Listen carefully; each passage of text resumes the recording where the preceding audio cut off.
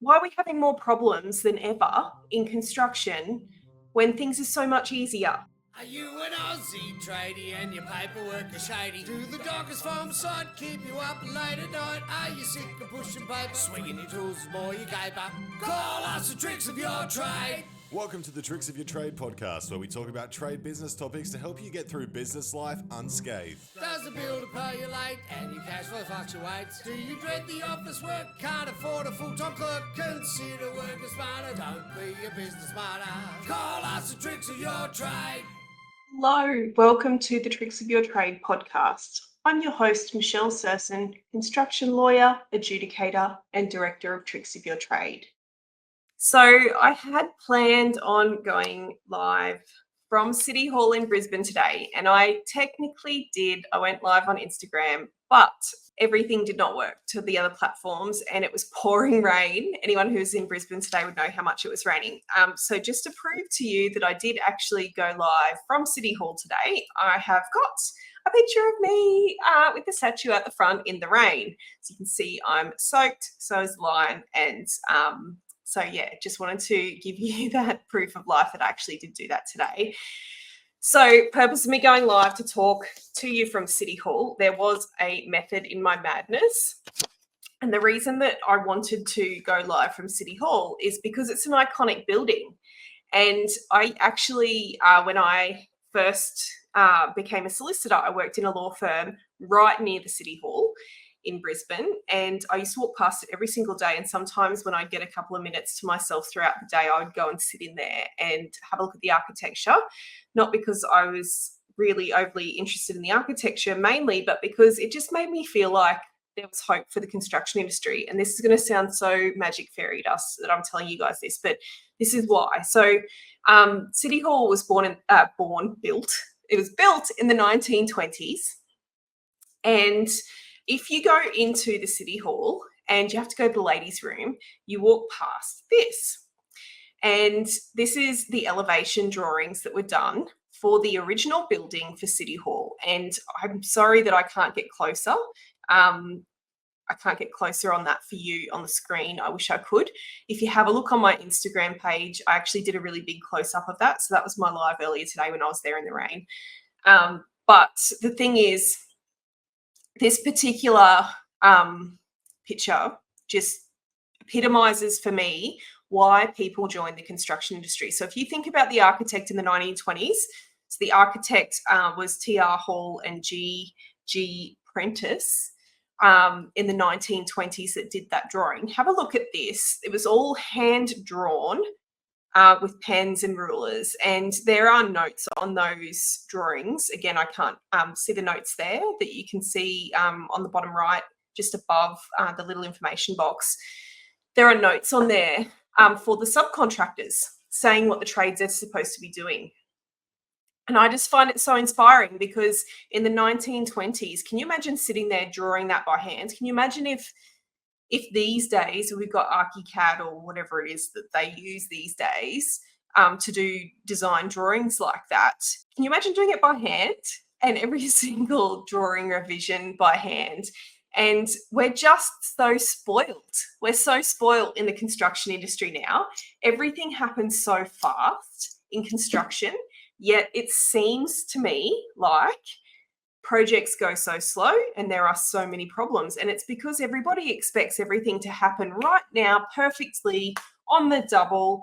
Everyone's promising more and more and more, cheaper prices, faster completion rates, better quality, longer warranties, more defects liability periods, pass down more liability. You can get insurance for that now, more insurance policies, more statutory liability. And it's just beyond a joke. And I think this is the reason I think that there is hope for the construction industry that we will have fairer contracts. That's because everybody's had a gutful. So you think back then, this is how hard it was for them to even just get a drawing done.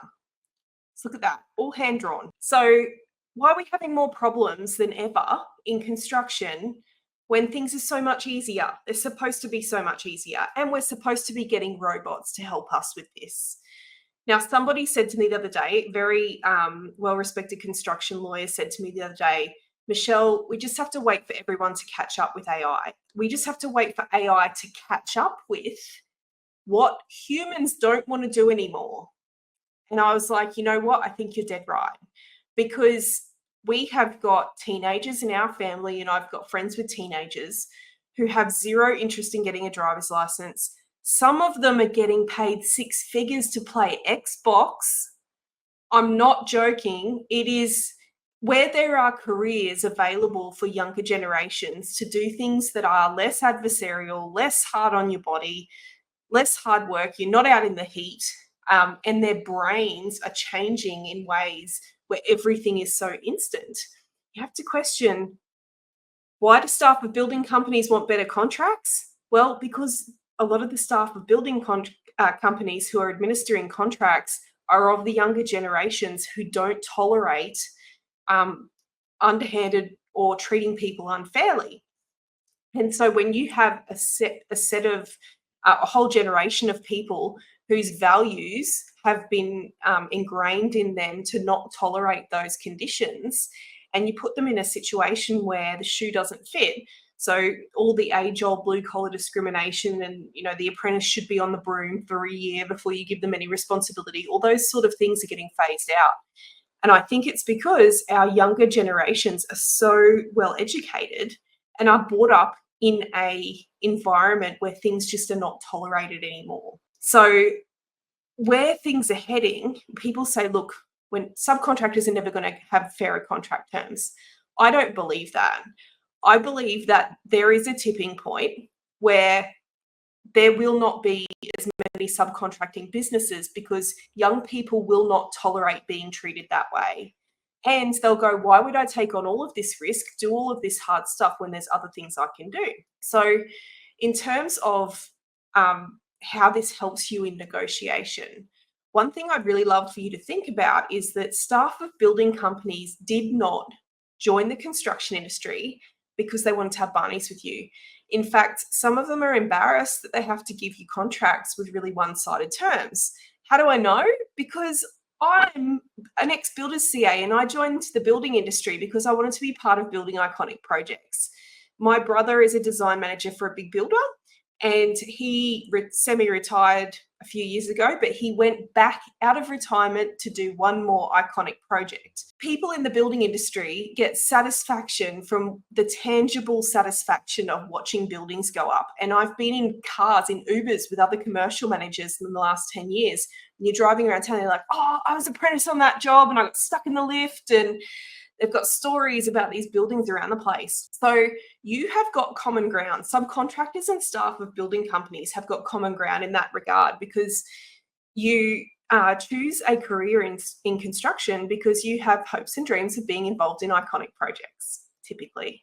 Tell me if I'm wrong. If I'm getting this wrong and you joined the construction industry because you thought that you'd be a contracts manager and that you'd be enforcing the contract on subcontractors all the time, tell me, let me know in the comments. But my experience is that staff of building companies joined the construction industry to be involved in iconic projects, and then they realised what was actually involved.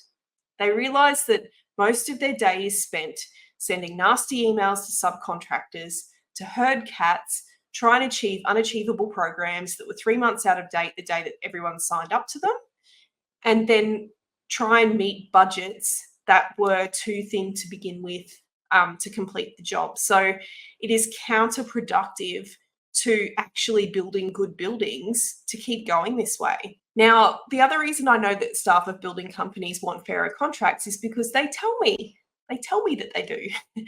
In fact, just this week I met an ex-staffer of a very big builder, very well-known builder who had been there for around about 20 years.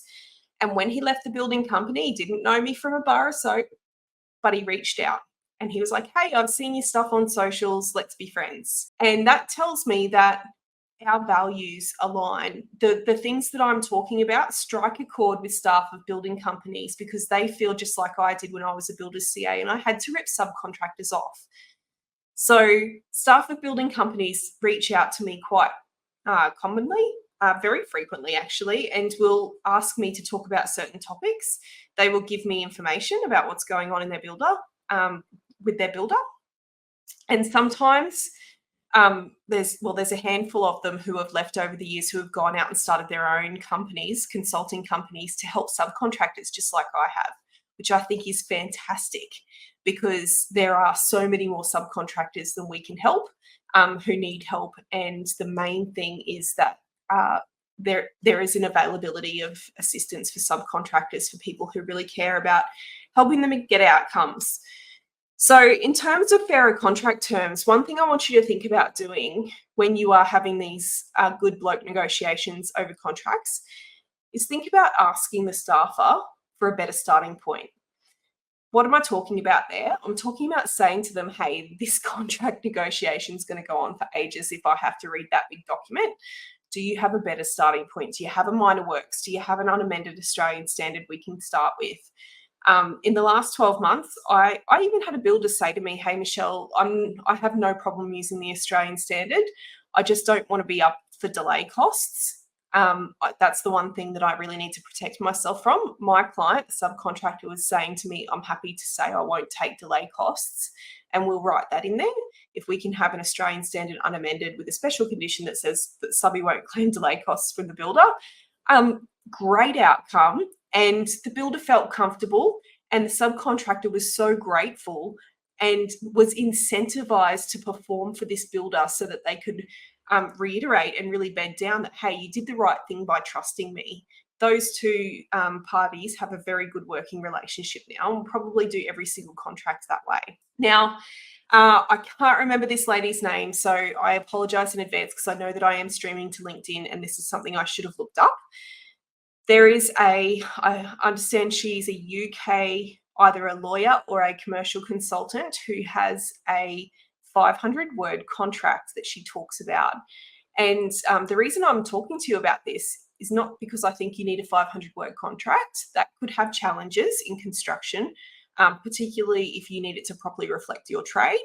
And I don't think it's realistic that every single builder is going to let subcontractors just come to them with a 500-word contract.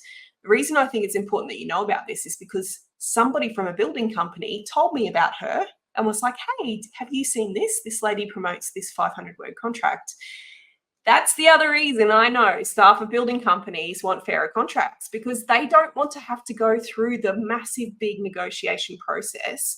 They don't have time in their letting schedules to be able to go through that process with subcontractors.